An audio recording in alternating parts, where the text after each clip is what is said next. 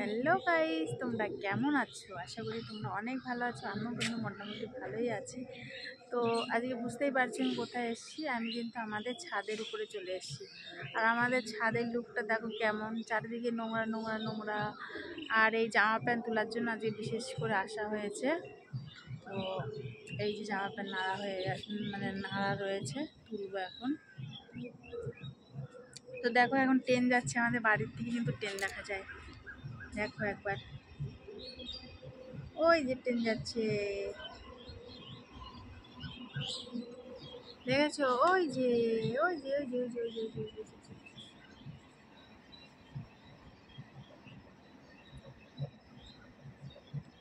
দেখলে আমাদের বাড়ি থেকে একদম পরিষ্কার ট্রেনটা দেখা যায়। কিন্তু আমি দাঁড়ানোটা ভুল হয়েছে দেখে দেখাতে পারলাম না। আর আমাদের গ্রামের পরিবেশ, আর ওইগুলো দেখেছো কাপড় কিন্তু নাড়া। আমাদের এখানটা বিন্নগরে যেহেতু হচ্ছে কাপড়ের ব্যবসা, ছেঁড়া কাপড়ের ব্যবসা আর কি, পুরোনো। তো তার জন্য ওই কাপড়গুলো মার দিয়ে তারপরে নাড়া হয়েছে, তারপরে ইস্ত্রি করা হবে। মোটারি আছে, ছেঁড়া কাটা থাকলে অনেক খাটনি। তো এটাই হচ্ছে আমাদের গ্রামের পরিবেশ। ওই যে দেখো আমাদের বাড়ির কাছে এই যে খাল পেছনে, এই নারকেল গাছটা আমাদের, ওটাই হচ্ছে আমাদের সীমানা, তারপরে খাল। তো বন্ধুরা, আমার এই বকবকানি তোমাদের কেমন লাগে আর কি, একটু কমেন্ট করে জানিও। ভালো লাগলেও বলো, খারাপ লাগলেও বলো, ঠিক আছে? তো আমি অতটা কাজ করে উঠতে পারি না, যেহেতু অনেক কাজ করতে হয়। আজকে অনেক ধুয়েছি, অনেক, নাহলে ছাদটা আজকে ধুতে আসতাম, পরিষ্কার করতে আসতাম।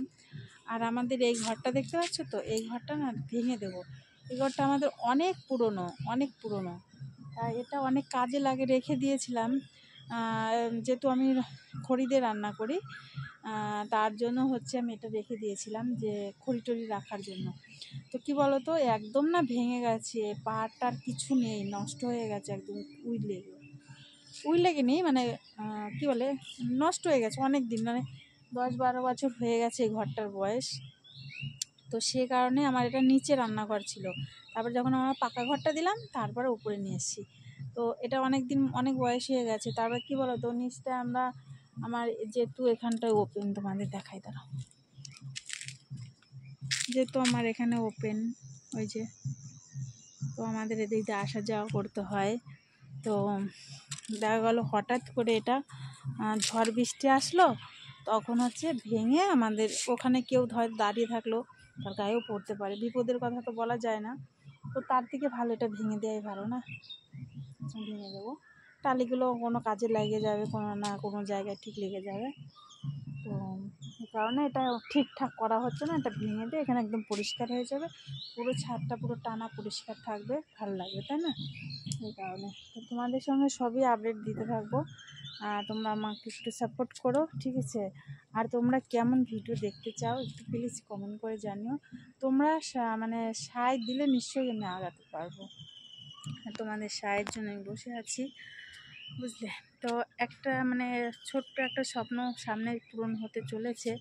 দেখা যাক তোমাদের সাথে শেয়ার করতে পারি কি না, তোমাদের ভালো লাগবে না কি সেটাও জানি না। যাই হোক, আস্তে আস্তে সব স্বপ্নই পূরণ হবে, ভগবান দিলে বা তোমরা আশীর্বাদ করলে, তোমাদের ভালোবাসা থাকলে নিশ্চয়ই হবে। তো চলো, অনেক বকবকানি করলাম। তো চলো, ভালো থাকবে, সুস্থ থাকবে। আর আমার এই পরিবেশটা কেমন লাগছে, আমরা কিন্তু মানে গরিব মানুষ। আমার স্বামী যেহেতু ভ্যান চালায়, আমরা বড়লোকও না, আবার ভিক্ষা করেও খাই না। যাই হোক, দুটো ডাল ভাত খাওয়ার মতন ক্ষমতা আছে, এটাই। তো চলো, বাই বাই। আর আমার এই নাইটিটা কেমন লাগছে একটু কমেন্ট করো। এটা কিন্তু আমি নতুন নাইটি কিনেছি, নতুন পরেছি আর কি। কেমন লাগছে একটু কমেন্ট করো, ঠিক আছে? বাই।